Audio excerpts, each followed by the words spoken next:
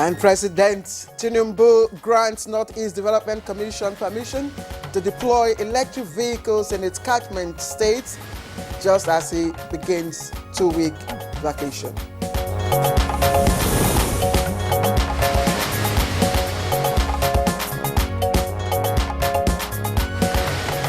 Six qualified gas companies to get 100 billion naira to promote government's gas initiatives.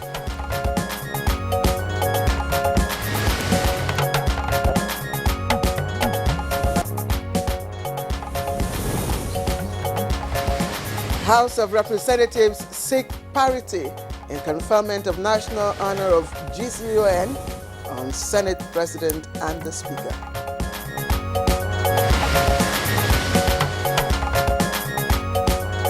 And on Good Morning Nigeria today, our focus is on the presidential CNG initiative and how it is transforming Nigeria's transportation sector.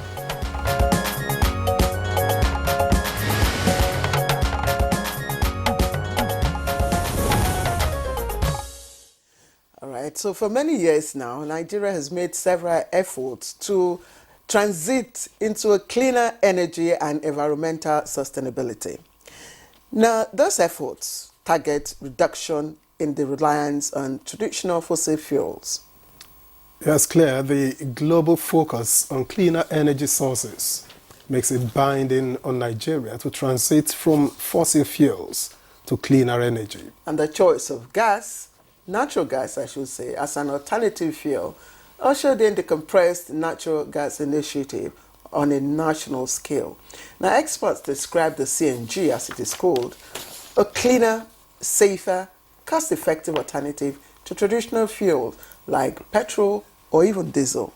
Of course, they also insist that CNG is cost-effective, eco-friendly, and produces lower carbon emissions than traditional fuels, since it emits 30% less carbon dioxide and lower levels of nitrogen oxides. Absolutely. And the use of, again, CNG gas in the transportation sector became a national initiative after the removal of fuel subsidy in 2023 by President Bola Ahmed Tinubu, and also a reaction to the fluctuation in global oil prices.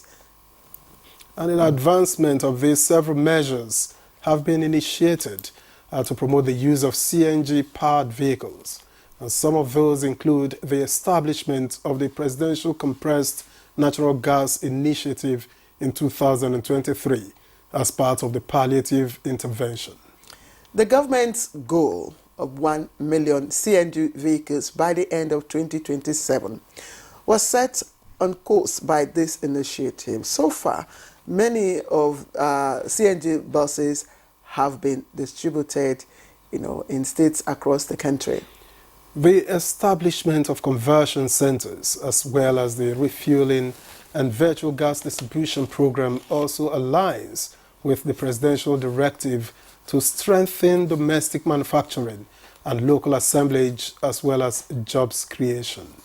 Indeed, and I must say, Victor, also to meet our nationally determined contribution to climate change. Of course, during the COP's agreement, that was also taken. So, and government is partnering several private sector holders, especially in the area of transportation and energy sectors, to enable it to achieve its target of, mainstreaming CNG in, use, in domestic use. It looks strong. It looks difficult at the beginning, but it's something that this government appears determined to achieve. Yes, that's of course because of the infrastructure that's needed, to drive it. And that's why today we'll be giving, serious attention to the federal government's initiative, at converting, CNG use in our transportation sector. That's our program on Good Morning Nigeria this morning, and we are glad to have you join us on the program as always. I am Claire Adelabu Abdulrazak. And I'm Victor Azo. Let me also welcome you to today's program. Of course, we are reaching you on the network service of the NTA As usual, Chukwudi Okoli-Obaja will join us later on for the newspaper review. I think I've heard his voice somewhere, but that will be after. Don't say he's Comfort in the building again. Amodu gives us highlights of the news. Good morning, Comfort. Good Comfort morning, is in the Victor, building. and Claire, you're also in the building. All right, let's head straight to the news now. 16 people have been confirmed dead and scores declared missing following a boat mishap that occurred late Tuesday night in Bajibo community in Mokwa local government area of Niger State. A statement by the head of Niger State Emergency Management Agency in Asema, Abdullahi Baba Ara, who confirmed the waterway tragedy, indicates that the boat was reportedly conveying more than 300 passengers who are mostly women and children. And the victims, who are said to be traveling to celebrate Maulud, an Islamic festival in neighboring community before the tragedy struck. The statement further added that local divers and other volunteers have so far rescued about 150 passengers. Away from that, President Bola Ahmed Tinubu is in the United Kingdom, for a 2-week vacation as part of his annual leave. And the president departed Abuja through the Nnamdi Azikiwe International Airport at about 2:30 p.m. on Wednesday. Secretary to the Government of the Federation, George Akume, and Chief of Staff Femi Gbajabiamila were among the top government functionaries who bade the president farewell, and a statement by the Presidential Advisor on Information and Strategy, Bayo Onanuga, indicates that the president will spend 2 weeks as a working vacation and a retreat to reflect on his administration's economic reforms. And he's expected back to the country after the leave expires.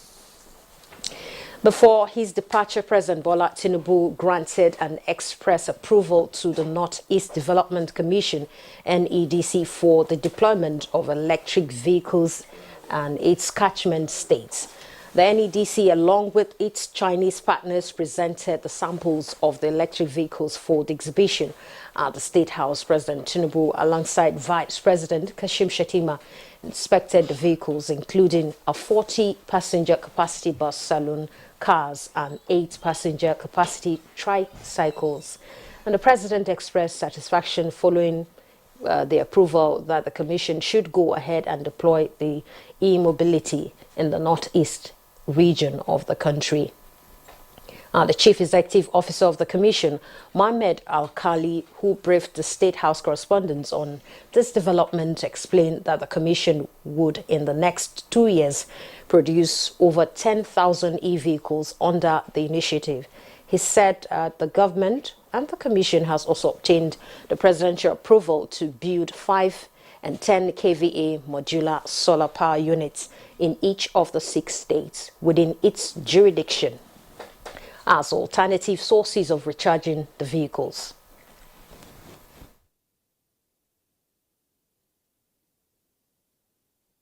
A chief executive officer added that state governors within the sub-region have also agreed to provide suitable locations for the constructions of the modular solar units.